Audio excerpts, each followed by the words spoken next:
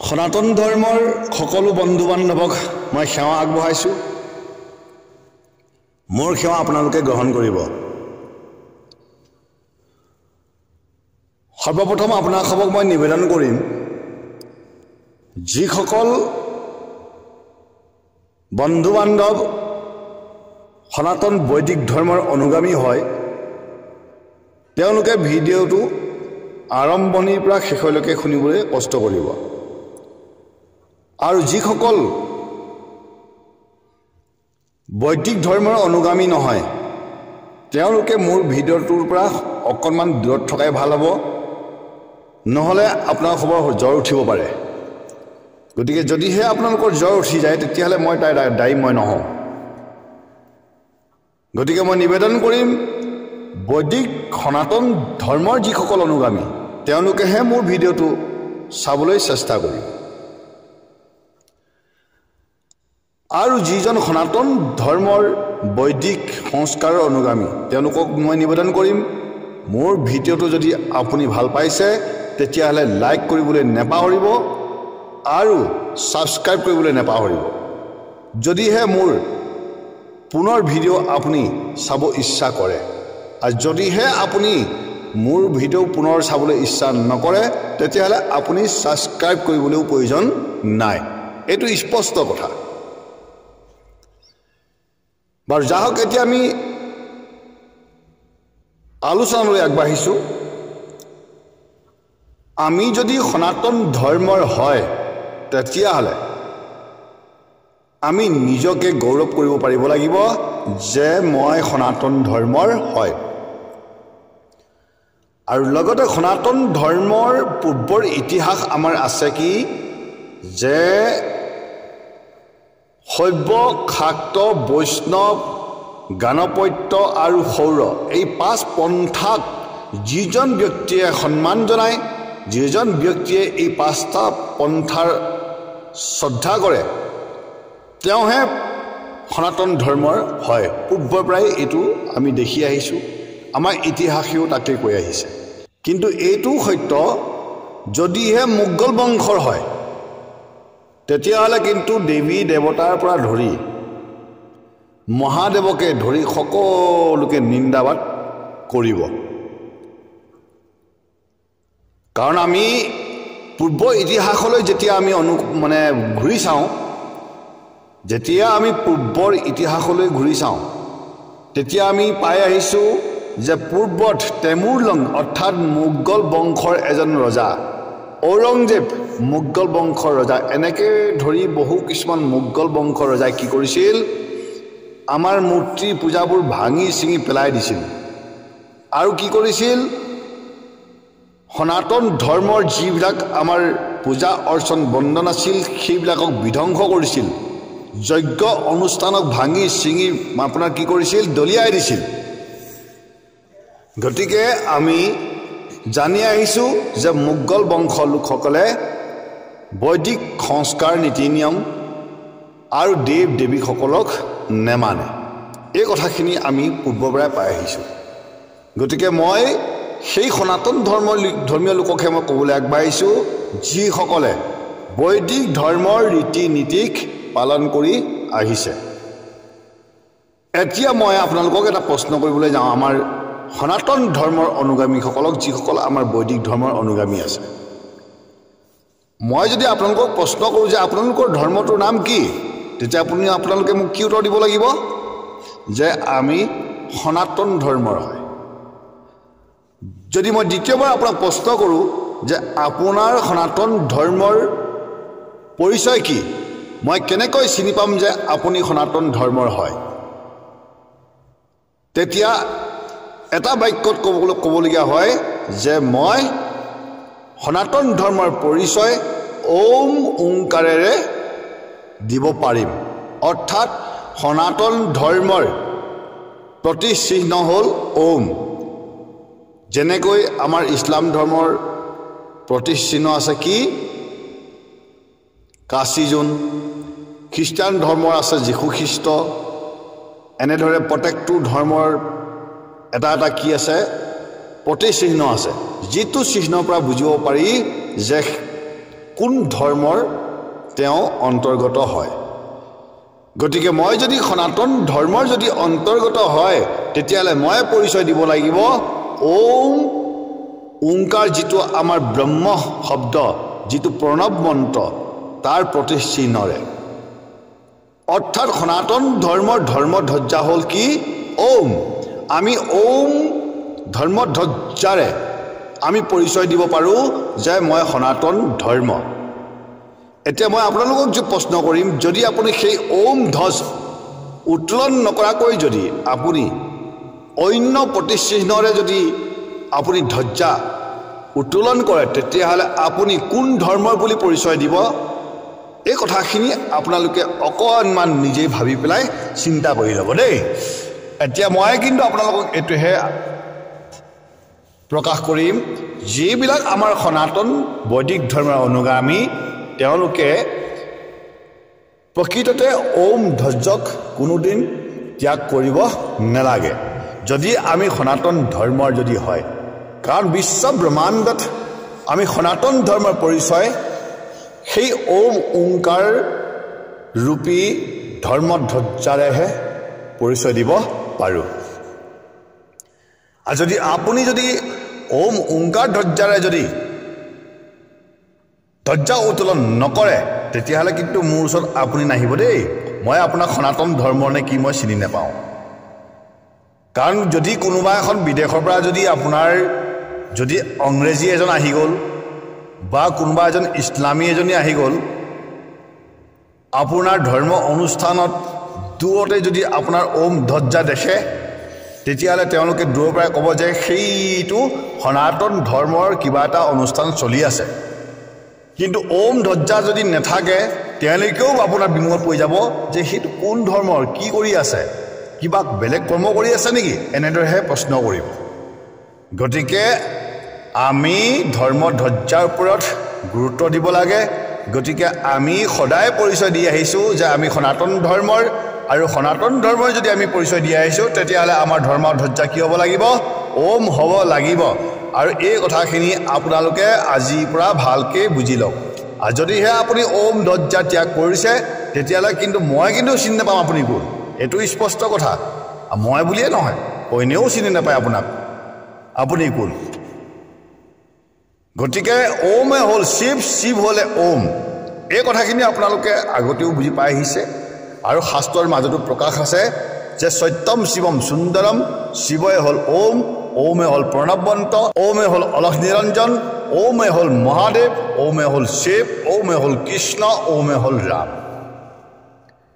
আমি বহু কিছুমান নামেৰে নামাকৰণ কৰিব পাৰোঁ আমি দেৱসকল আমাৰ বহু আছে আমাৰ দেৱ বহুত আছে আমি দেৱসকলৰ নাম বহুত নামেৰে নামাকৰণ কৰিব পাৰিম কিন্তু আমি যি দেৱকেই নবজো কিন্তু এটাই হ'ব আমাৰ ধ্বজা কি ওম কাৰণ প্ৰত্যেকটো দেৱ সেই ওমৰ পৰাহে উৎপত্তি তেওঁ বেলেগকৈ জন্ম হৈ অহা নাই সকলো দেৱ দেৱী ওমৰ পৰাই কি হৈছে সৃষ্টি হৈছে গতিকে আমি সমস্ত জনৰ এডাল ধ্বজাই হ'ব লাগিব ওম আৰু সেইটোকে আমি পালন কৰি আহিছোঁ গতিকে ওম ধ্বজাৰ তলত আমি সদায় ধৰ্ম কৰি আহিছোঁ গতিকে আমি গৌৰৱ কৰিব পাৰোঁ আমি অহংকাৰ কৰিব পাৰোঁ যে আমি সনাতন ধৰ্ম কিন্তু যদিহে আপুনি ওম ধ্বজা উত্তোলন কৰা নাই তেতিয়াহ'লে আপুনি কেনেকৈ পৰিচয় দিব আপুনি সনাতন ধৰ্মৰ বুলি বাৰু যা হওক সেইটো আপোনালোকৰ কথা কিন্তু আপোনাক পুনৰবাৰ মই কৈছোঁ যদি আপুনি বৈদিক সনাতন ধৰ্মৰ হয় তেতিয়াহ'লে ওম ধৰ্মধ্বজা আপুনি ত্যাগ কৰিব নেলাগিব এতিয়া আমাৰ সমাজত আৰু এটা বিৰাট ডাঙৰ বেমাৰ আহি গ'ল সেই বেমাৰটো কি জানে 4 বেদ 14 শাস্ত্ৰ 18 পুৰাণ বুলি আমি অহৰ্নিশে গাই আহিছোঁ অহৰ্নিশে আমি কৈ আহিছোঁ অহৰ্নিশে আমি মানে সেইটোকে আমি ধৰক ইটোৱে সেইটো বুজাই আহিছোঁ কিন্তু ইমান অহংকাৰ কিছুমান আমাৰ মনুষ্য আছে সেই একাংশ মনুষ্যই কি গম পাইছেনে শিৱ মহাপুৰাণৰ যিখিনি মহান তত্ত্ব তাক শুনিব নিবিচাৰে কি ক'ব বিচাৰে যে এইখন কোনে লিখিছে লিংগ মহাপুৰাণৰ তত্ত্ব শুনিব নিবিচাৰে প্ৰশ্ন কৰে কোনে লিখিছে বামন পুৰাণৰ পদ্ম পুৰাণৰ তত্ত্বক মানে আপোনাৰ শুনিব নিবিচাৰে প্ৰশ্ন কৰে কোনে লিখিছে আৰু ইমান অহংকাৰী এইটো প্ৰশ্ন কৰে কি যে এইকেইখন নিজে কোনোবাই লিখা কেতিয়াৰ পৰা ইমান অলগদ্ধ হলা আপোনালোকে আপোনালোকৰ নিজৰ ধৰ্ম গ্ৰন্থৰ ভাষাকে আপুনি বুজি নাপায় আপোনালোকে নিজৰ ধৰ্ম গ্ৰন্থৰ তত্ত্বকেই বুজি নাপায় তেতিয়াহ'লে আপুনি সনাতন ধৰ্ম বুলি পৰিচয় দিবলৈ আপোনাৰ লাজ নালাগে আপোনাৰ লাজ লাগিব লাগে কমসে কম আপোনাৰ ধৰ্মৰ নীতি আপুনি আজিলৈকে বুজি পোৱা নাই আপোনাৰ ধৰ্ম গ্ৰন্থৰ সমূহৰ ভিতৰত কি লিখা আছে তাক আজিলৈকে আপুনি জনা নাই ইমান অলগদ্ধ আৰু তথাপিও আনক আপোনালোকে কি কৰে তুচ্ছ তাচ্ছিল্য কৰে আপোনালোকৰ লাজ নালাগে লাজ লাগিব লাগে আপোনালোকৰ সনাতন ধৰ্মক নিষেধ কৰোঁতা আপোনালোকে এই সনাতন ধৰ্মক নিষেধ কৰি পেলাইছে আপোনালোকে এই সনাতন ধৰ্মৰ ঐক্যতাক বিনাশ কৰি পেলাইছে আপোনালোকে মানুহৰ মাজত যেটো আমাৰ প্ৰেম সম্প্ৰীতি ভাৱনা আছিল তাক বিনষ্ট কৰি পেলাইছে আপোনালোকৰ বাবেই ভাই ককাই পিতৃ মাতৃ বাই ভনী সম্বন্ধ বিচ্ছেদ হৈছে এতিয়াও আপোনালোকৰ লাজ লগা নাই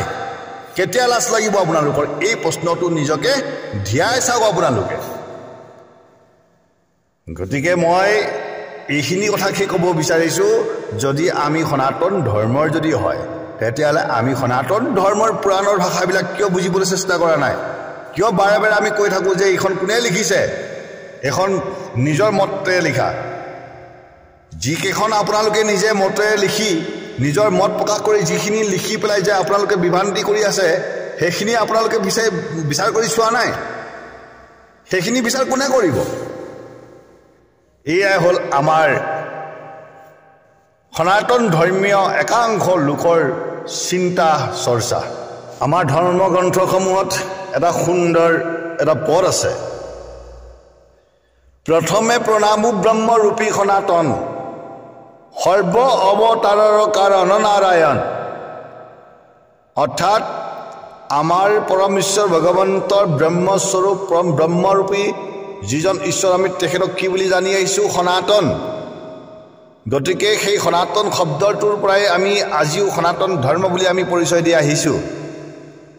সৰ্ব অৱতাৰৰ কাৰণ নাৰায়ণ এই নাৰায়ণ ভগৱন্ত হ'ল আমাৰ সমস্ত বিশ্ব ব্ৰহ্মাণ্ডৰ কোটি কোটি ব্ৰহ্মাণ্ডৰ তেখেতগৰাকী সেই কোটি কোটি ব্ৰহ্মাণ্ডৰ গৰাকীৰ বাবেই তেওঁক সমূহ দেৱ দেৱীসকলে পিতৃ বুলি গণ্য কৰে আৰু আজি এই পৃথিৱীখনত বিশ্ব ব্ৰহ্মাণ্ডখনক পোহপালন দি থকা সেই ঈশ্বৰ ভগৱন্তজনে হ'ল নাৰায়ণ সেইবাবে তেওঁ যুগে যুগে অৱতাৰ ধাৰণ কৰিবলগীয়া হয় সময়ে সময়ে তেওঁ অৱতাৰ লৈ আমাৰ এই বিশ্ব ব্ৰহ্মাণ্ড শব্দত ধৰ্ম প্ৰতিষ্ঠা কৰিবলৈ আহিবলগীয়া হয় কিন্তু সেই নাৰায়ণৰ ওপৰত আমাৰ এজন পৰমেশ্বৰ ন্যায়ক অনন্তৰ ঈশ্বৰ আছে যিজনক কৈ আছে সদাশিৱ সেই সদাশিৱৰ আজ্ঞাতেহে নাৰায়ণে কি কৰে যুগে যুগে অৱতাৰ ধাৰণ কৰে যুগে যুগে তেওঁ মানে আপোনাৰ কৰ্মবিলাক সাধন কৰে গতিকে আমি পৰম ঈশ্বৰ ভগৱন্তৰ মহান তত্ত্বক আমি প্ৰথম বুজিব লাগে যে কোনটো ঈশ্বৰ আৰু কোনে কি মানে আপোনাৰ দায়িত্ব বহন কৰি আছে কোনে কি দায়িত্ব লৈ কৰ্মখিনি কৰি আছে গতিকে পৰম ঈশ্বৰ ভগৱন্তৰ তত্ত্বক আমি বুজিব লাগিব আৰু ধৰ্ম ধ্বজাটো আমাৰ বহুত প্ৰয়োজন ধৰ্ম ধ্বজাৰ ওপৰত আমি ভিত্তি কৰি সদায় ধৰ্ম আমি কৰি আহিছোঁ অৰ্থাৎ পৰম ঈশ্বৰ ভগৱন্তৰ ধ্বজ সেই ধ্বজ যদি আমি দৰ্শন কৰোঁ সেই ধ্বজ দৰ্শন কৰি আমি কি কৰোঁ দূৰতে সেৱা কৰিলেও মনে আমি তৰিব পাৰোঁ বুলি আমাক কৈছে তেতিয়াহ'লে সেই ধ্বজা যদি আমি দৰ্শন কৰি দূৰৰ পৰা যদি আমি প্ৰণাম কৰি পেলাই যদি আমি তেওঁক যদি সেৱা কৰিব লাগে তেতিয়াহ'লে সেই ধ্বজাডালৰ প্ৰতিচিহ্ন কি হ'ব লাগিব ওম হ'ব নালাগিব জানো কাৰণ ওমৰ পৰা সকলোখিনি আহিছে কিন্তু তাত যদি মই ওম নমঃ শিৱায় লিখোঁ ওম শ্ৰী গণেশায় নমঃ লিখোঁ ওম দুৰ্গায় নমঃ লিখোঁ সেইটো ভুল হ'ব কাৰণ সেইটো হ'লে তেতিয়াহ'লে কি হ'ব পক্ষপাত হ'ব এজন দেৱৰহে আমি কি কৰি আছোঁ মানে ভজি আছোঁ আমি পৰম ব্ৰহ্মক আমি ভজা নাই গতিকে পৰম ব্ৰহ্মক যদি আমি ভজিছোঁ যদি এক ঈশ্বৰক যদি আমি ভজিছোঁ তেতিয়াহ'লে আমাৰ এটাই মানে অহংকাৰ হ'ব লাগিব সেইটোৱে হ'ল ওম সেই ধ্বজ এডালেই হ'ব লাগিব সেইডাল ধ্বজ হ'ল ওম কিন্তু যদিহে আমি ওম শব্দটোক লগত আমি যদি ওম নমঃ শিৱায় লিখি দিলোঁ যদি ওমটোৰ লগত যদি আমি শ্ৰী গণেশায় নমঃ লিখি দিলোঁ তেতিয়াহ'লে আপুনি এজন দেৱকহে ভজা হ'ব তাৰমানে আপুনি এজন দেৱক ভজিছে কিন্তু ঈশ্বৰক ভজা নাই গতিকে ন্যায়কাৰ পৰম ব্ৰহ্ম পৰমাত্মাক যদি আপুনি ভজিবলৈ ইচ্ছা কৰিছে তেতিয়াহ'লে আপুনি কেৱল এক মন্ত্ৰ প্ৰণৱ মন্ত্ৰ সেই প্ৰণৱ মন্ত্ৰৰহে ধ্বজ হ'ব লাগিব এইখিনি হ'ল আমাৰ বিচাৰ তাৰ বাহিৰে যদি আপুনি ইচ্ছামতে যদি আপুনি যি লিখি পেলাই যদি ধ্বজা উত্তোলন কৰিব বিচাৰিছে সেইটো আপোনাৰ অধিকাৰ আছে এই ভাৰতবৰ্ষত সকলোৰে অধিকাৰ আছে ভাৰতবৰ্ষত কোনোবাই নথা হৈও আপোনাৰ দৌৰি যাব পাৰে মানে উলংগ হৈও ঘূৰিব পাৰে কাকো কোনো বাধা দিব নোৱাৰে গতিকে নিজৰ ইচ্ছা কথা সকলোকে নিজৰ মতে ধৰ্ম পালন কৰিবলৈ অধিকাৰ আছে গতিকে মই এইখিনি কথাই মই মানে প্ৰকাশ কৰিব বিচাৰিছোঁ আপুনি যদি সনাতন ধৰ্মৰ হয় কি বুলি আপুনি পৰিচয় দিব আপুনি সনাতন ধৰ্ম যদি হয় আপোনাৰ ধজ্জাকে এইটো উত্তৰ দিয়ক প্ৰথমতে আপোনাৰ কি ধজ্জাৰ ওপৰত আপুনি ভিত্তি কৰিছে আপুনি এক পৰমেশ্বৰ ন্যায়ক পৰম ব্ৰহ্মক যদি আপুনি ভকতি কৰিছে তেতিয়াহ'লে আপোনাৰ মূল ধজ্জা কি হ'ব লাগিছিল আৰু আপোনাৰ বৰ্তমান হাতত কি ধজ্জা আছে আৰু কি ধজ্জা উত্তোলন কৰে এইটো আপুনি বিচাৰ কৰি চাওক তাৰ পিছত নিজকে সনাতন ধৰ্ম বুলি পৰিচয় আপুনি দিব এই কথাখিনিহে আপোনালোকৰ পিছত মই অৱগত কৰিছোঁ গতিকে মই পুনৰ আপোনালোকক মই নিবেদন কৰিছোঁ যদি মোৰ এই ভিডিঅ'টো আপুনি যদি ভাল পাইছে তেতিয়াহ'লে আপুনি এটা লাইক কৰিব ছাবস্ক্ৰাইব কৰিব আৰু যদিহে বেয়া পাইছে আপুনি লাইক কৰিব নালাগে আৰু এটা কথা পুনৰ আপোনালোকক কৈছোঁ মোৰ সনাতন ধৰ্মৰ অনুগামী অৰ্থাৎ বৈদিক সনাতন ধৰ্মৰ অনুগামী যদি আপুনি হয় আপুনি ছাবস্ক্ৰাইব কৰক আৰু মোৰ ভিডিঅ'টো যদি পুনৰবাৰ চাবলৈ মন আছে আপুনি ছাবস্ক্ৰাইব কৰক আৰু যদিহে চাবলৈ ইচ্ছা নাই তেতিয়াহ'লে আপুনি ছাবস্ক্ৰাইব নকৰিব এইখিনিকে আপোনালোকৰ ওচৰত নিবেদন কৰি মই আজি ভিডিঅ'টো সমাপন কৰিছোঁ আকৌ পুনৰ আপোনালোকক লগ পাম ওম নমঃ শিৱায় ওম তৎসৎ